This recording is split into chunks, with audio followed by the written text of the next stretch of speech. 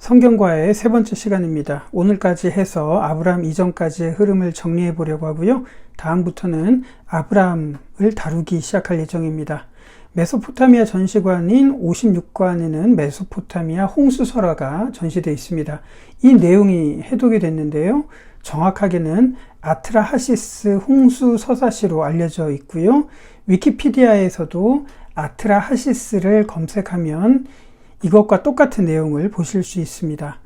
아트라하시스 서사시를 요약하면 이렇습니다. 첫 번째, 고대의 신들이 홍수를 일으켰고 아트라하시스는 홍수에서 살아남은 사람이고, 홍수를 일으켰던 이유는 신들이 자신들의 노동을 덜기 위해서 인간을 만들었는데, 인간이 급격히 불어나서 혼란한 상태가 되었기 때문에 인류를 파멸하기 위해서 홍수를 일으켰다는 내용입니다.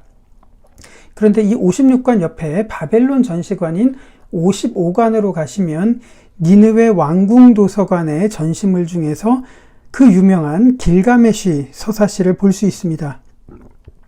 여러분들께서도 역사책에서 들어보셨을 텐데요.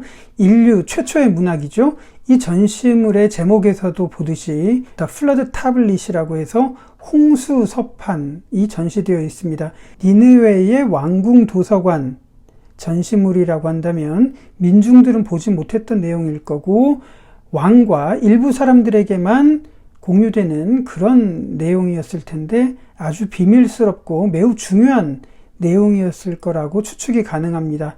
이 길가메시 서사시의 내용을 정리하자면, 첫 번째, 주인공은 홍수를 대비해서 배를 만들었고 이 배에는 동물들을 태워서 살아남았다는 내용, 그리고 신들은 인간에게 복수하기 위해서 홍수를 일으켰는데 이 신들은 폭력적이고 야만적이었다라는 내용으로 요약할 수 있습니다.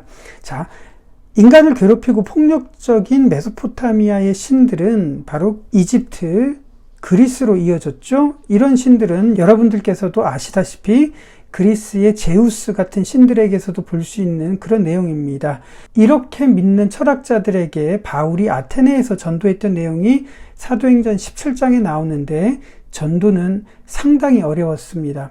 마찬가지로 이집트 문명 속에서 영향을 받았던 광야의 이스라엘 백성들 역시 이런 가치관을 바꾸기가 얼마나 어려웠을까요? 그래서 가나안까지 10하루면 닿을 수 있는 거리를 광야 40년의 시간이 필요했던 겁니다. 그런 사람들에게 모세의 오경은 하나님은 폭력적이고 야만적인 신이 아니라 창조주시고, 그리고 이집트 사람들도 구전으로 들었을 홍수는 신이 인간을 미워했기 때문이 아니라 인간의 범죄 때문이라는 사실을 모세는 강조하려고 했겠죠. 여호와 하나님은 근본적으로 다른 신들과는 다르다는 내용을 모세는 말하고 싶었을 겁니다. 그러나 모세 오경이 제시하는 창조, 타락, 구속, 이 원시복음의 내용을 믿지 못하고 받아들이지 않았던 사람들이 전했을 구전을 생각해 본다면 어떨까요? 뱀이 인류를 파멸시킨 존재가 아니라 두려워하고 경외해야 될 존재, 신성한 존재라고 구전을 알리고 그것을 믿었던 사람들은 그렇게 생각했겠죠? 그래서 이집트 종교에 물들었던 이스라엘 사람들에게 모세가 그들의 기원과 창조주 하나님을 알리기 위한 내용이 모세 오경이었다라고 생각을 하신다면 그 전에 창세기를 읽었을 때와는 훨씬 더 다른 느낌으로 창세기가 보이실 거라고 생각을 합니다. 지난 첫 번째 시간에 바벨론 창조설화 에누마 엘리시를 보면서 구전을 생각해 본다면 인간을 진흙으로 만들고 우주 만물을 창조한 분은 하나님이라는 것을 모세는 강조했다고 말씀을 드렸죠. 그리고 지음을 받은 인간이 타락을 했다면 인간에게는 구세주이신 그리스도가 필요하다는 이 원시복음을 하나님께서는 주셨다고 지난 시간에 나눴습니다. 고대 구전에서 발견되는 홍수는 과거에 있었던 사건에 국한되는 것이 아니라 이 홍수는 장차 그리스도께서 다시 오셔서 세상을 심판하실 이 심판과 재림의 그림자가 되는 것이기 때문에 홍수는 우리에게 아주 중요한 믿음의 대상입니다. 예수님도 그 시대를 경고하실 때 이 시대를 노아의 홍수 시대로 비유를 했죠. 그리고 예수님으로부터 배웠던 베드로 역시 홍수를 장차 인류에게 나타날 심판의 그림자로 이해했다면 창세기의 홍수 사건은 결코 상징이나 비유나 설화가 아닌 분명한 사건일 겁니다. 사도시대로부터 우리가 고백하는 사도신경을 한번 생각해 보실까요?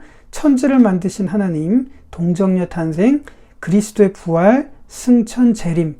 이 믿음의 대상 중에서 과학적으로 증명할 수 있는 내용은 무엇일까요? 반대로 과학적으로 증명이 되지 않는다면 이런 내용을 믿는 것은 시대에 뒤떨어진 것일까요?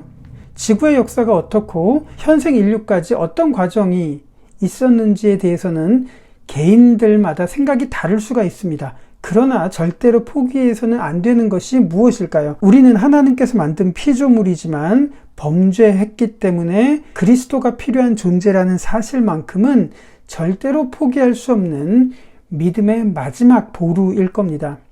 홍수가 사실일까요? 아니면 허구일까요? 대격변기와 홍수는 어떤 관계일까요? 개인들마다 그것을 이해하는 것은 다를 수가 있을 겁니다. 그러나 홍수는 분명한 사실이고 홍수가 있었던 것처럼 장차 그리스도께서는 재림하시고 세상을 심판하신다는 사실 역시 아무리 과학이 발전하고 시대가 변한다고 하더라도 반드시 붙잡고 지켜야 될 믿음의 마지막 마지노선이라고 믿습니다. 그렇지만 우리가 사는 지금은 어떨까요? 여전히 인간에게는 그리스도가 필요하고 그 그리스도께서는 장차 재림하셔서 세상을 심판하신다는 것을 믿는 사람들은 마치 시대에 역행하는 사람들이 되었고, 이렇게 가르치는 교회는 점점 줄어들어가는 것이 우리가 살아가고 있는 현실임을 생각을 한다면 19세기에 구세군을 이끌면서 복음을 외쳤던 윌리엄 부스의 경고를 우리들은 기억할 필요가 있습니다. 나는 성령 없는 종교와 그리스도 없는 기독교, 중생 없는 죄사함, 믿음 없는 경건, 그리고 지옥 없는 천국이 20세기에 나타나게 될 가장 큰 위험이라고 생각한다.